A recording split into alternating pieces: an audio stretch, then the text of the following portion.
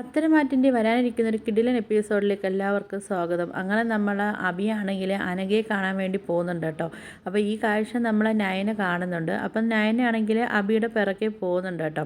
അങ്ങനെ അഭി അനഘയുടെ വീട്ടിലെത്തിയിട്ട് അനഘയെ കാണുന്നുണ്ട്. കണ്ടിട്ടാണെങ്കിൽ നയനയും ആദർശം പറഞ്ഞതിൻ്റെയൊക്കെ ദേഷ്യം അവിടെ അനഘയെടുത്ത് തീർക്കുന്നുണ്ട് കേട്ടോ. പറയുന്നുണ്ട്, നീ ചലിച്ച് നങ്ങാണ് ഞാൻ അറിഞ്ഞു കഴിഞ്ഞാൽ നിന്നെ ഞാൻ മൊത്തത്തിൽ ഞാൻ ഇല്ലാതാക്കും എന്നൊക്കെ പറഞ്ഞിട്ട് നല്ലതുപോലെ അനഘയെ ഭീഷണിപ്പെടുത്തുന്നുണ്ട് കേട്ടോ. അപ്പം നമ്മൾ നയനയാണെങ്കിൽ ഇതെന്താണ് അഭി പറഞ്ഞതൊന്നും നയന കേട്ടിട്ടില്ല.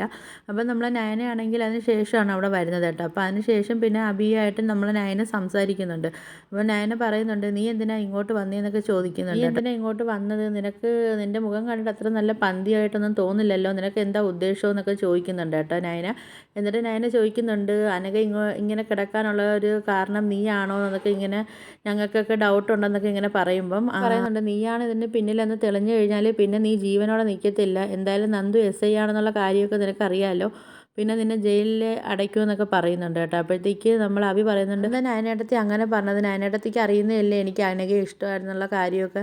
അപ്പോൾ ഞാനിങ്ങനെ ക്രൂരത ചെയ്യുമോ എന്നൊക്കെ ചോദിക്കും കേട്ടോ. അപ്പോഴത്തേക്കാണെങ്കിൽ അഭി തന്നെ പറയുന്നുണ്ട്, അനഘയ്ക്കൊരു വലിയ അസുഖമുള്ള കാര്യം എല്ലാവർക്കും അറിയുന്ന കാര്യമല്ലായിരുന്നോ എന്നൊക്കെ ഇങ്ങനെ പറഞ്ഞങ്ങ് തകർക്കുന്നുണ്ട് കേട്ടോ നമ്മളെ നയനയുടെ മുമ്പിൽ. നമ്മളെ നയന പറയുന്നുണ്ട്, എന്തായാലും നീ ആയതുകൊണ്ട് ഇങ്ങനെയൊക്കെ ചെയ്യത്തില്ല എന്നൊന്നും ഉറപ്പിക്കാൻ എന്തായാലും പറ്റത്തില്ല. എന്തായാലും ഞാൻ അനഘ ഇങ്ങനെ ആവാൻ കാരണം എന്താണെന്നുള്ളതിൻ്റെയൊക്കെ പിന്നാലെ ഞാൻ എന്തായാലും അന്വേഷിച്ച് ഇറങ്ങാൻ പോവുകയാണെന്നൊക്കെ നയന ഇങ്ങനെ പറയുകയാണേ. അങ്ങനെ നമ്മൾ നയനയാണെങ്കിൽ അവിടുത്തെ കാര്യങ്ങളൊക്കെ പറഞ്ഞിട്ട് അവിടുന്ന് പോകുന്നുണ്ട് കേട്ടോ. അങ്ങനെ നമ്മൾ നയന പോകുന്നതെന്ന് പറഞ്ഞാൽ നേരെ അനഘയെ കാണിക്കുന്ന ഹോസ്പിറ്റലിലാണ് പോകുന്നത്. പോയിട്ട് ഡോക്ടറെ കണ്ടിട്ട് നയനയാണെങ്കിൽ എല്ലാ കാര്യങ്ങളും ഇങ്ങനെ ചോദിച്ചറിയുന്നുണ്ട്.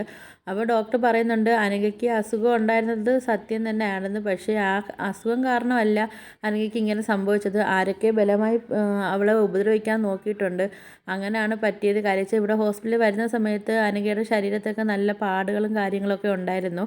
അപ്പോൾ അതിനുള്ള ട്രീറ്റ്മെൻറ്റ് ഒന്നും നമ്മൾ ചെയ്തിട്ടില്ല. കാര്യം അവരാണെങ്കിൽ പരാതികളോ കാര്യങ്ങളോ ഒന്നും നമുക്ക് തന്നിട്ടും ഇല്ലല്ലോ എന്ന് പറയും. അങ്ങനെ നമ്മൾ നയനയാണെങ്കിൽ ഡോക്ടറെ അടുത്ത് പറയും, ഡോക്ടർ എന്തായാലും ഞാൻ പരാതി തന്നതായിട്ട് കണക്കാക്കിയിട്ട് അനഘയെ ഇവിടെ ട്രീറ്റ്മെൻറ്റിന് കൊണ്ടുവന്ന ആ ദിവസത്തേക്കുള്ള CCTV ദൃശ്യമൊന്നും എനിക്ക് കാണിച്ചു തരണമെന്ന് പറയും. അപ്പം എന്തെങ്കിലും ബുദ്ധിമുട്ടുണ്ടെങ്കിൽ പറഞ്ഞാൽ മതി, എൻ്റെ അനിയത്തി എവിടുത്തെ SI ആണെന്നൊക്കെ പറയും കേട്ടോ. അപ്പോഴത്തേക്ക് ഡോക്ടർ പറയും, ഞങ്ങൾക്ക് എന്ത് ബുദ്ധിമുട്ടും കാര്യങ്ങളൊന്നും ഞങ്ങൾക്ക് ഇല്ല എന്നൊക്കെ ഡോക്ടർ നയനയെടുത്ത് പറയുന്നുണ്ട്. അന്ന് അനഘ ഇവിടെ കൊണ്ടുവന്ന സമയത്ത് ഭർത്താവ് ഒപ്പിട്ട് തന്നിട്ടുണ്ടായിരുന്നു, പക്ഷേ അയാൾ വന്നിട്ട് പോകുമ്പോഴെല്ലാം അനഘയുടെ മുഖം എന്തായാലും ഒരുമാതിരി വിഷമം കണക്കൊക്കെ ഇരിക്കുമെന്ന് പറയും. അപ്പം നമ്മളെ നയന പറയും, അത് ഭർത്താവൊന്നും അല്ലായിരുന്നു, കല്യാണത്തിന് മുമ്പ് അവർ തമ്മിൽ സ്നേഹത്തിലൊക്കെ ആയിരുന്നു, പക്ഷേ അതിൽ ഒരു കുഞ്ഞും ഉണ്ടെന്നുള്ള കാര്യമൊക്കെ നയന പറയുകയാണ്. അങ്ങനെ ഇതൊക്കെ കേട്ടിട്ട് നമ്മൾ ഡോക്ടർ ആണെങ്കിലും ഞെട്ടിത്തിരിച്ച് നിൽക്കുന്നുണ്ട് കേട്ടോ. അപ്പോൾ ഡോക്ടർ പറയുന്നുണ്ട്, അപ്പോൾ വിശ്വാസവഞ്ചനയാണ് ആ കുട്ടിയെടുത്ത് കാണിച്ചിരിക്കുന്നതല്ലേ, ആ കൊച്ചിനെ ചതിക്കുകയായിരുന്നല്ലേ അവൻ ചെയ്തതെന്നൊക്കെ പറയുന്നുണ്ട് കേട്ടോ. എന്നിട്ടാണെങ്കിൽ ഡോക്ടറാണെങ്കിലും നമ്മൾ CCTV ദൃശ്യങ്ങളൊക്കെ നമുക്ക് നയനയ്ക്ക് കാണിച്ചു കൊടുക്കുന്നുണ്ട്. അപ്പോൾ അന്നത്തെ അവിടെ റൂമിൽ നടന്ന കാര്യങ്ങളും എല്ലാം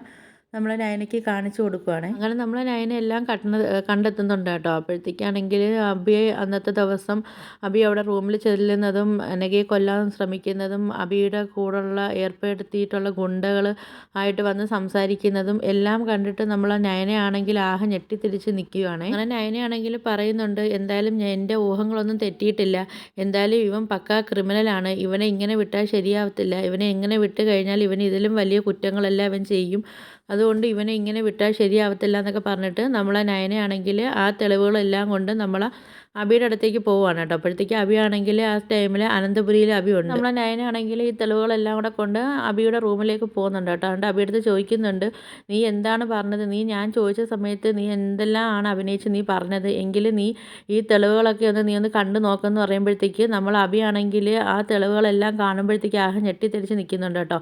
അങ്ങനെ നമ്മളെ നയനയ്ക്കാണെങ്കിൽ ദേഷ്യം വന്നിട്ട് അബിയുടെ മുഖത്ത് നോക്കി ഒരടി വെച്ച് കൊടുക്കുന്നുണ്ട്. അങ്ങനെ നമ്മൾ നയന അവിടെ നിന്നിട്ട് തന്നെ നമ്മളെ നന്ദുവിനെ വിളിക്കുന്നുണ്ട്. നന്ദുവിനെ വിളിച്ചിട്ട് നയനയാണെങ്കിൽ അബിയുടെ പേർക്ക് കേസ് കൊടുക്കുന്നുണ്ട് കേട്ടോ. നമ്മൾ അനഘയെ ഉപദ്രവിച്ചതിൻ്റെ കേസ് കൊടുക്കുന്നുണ്ട്.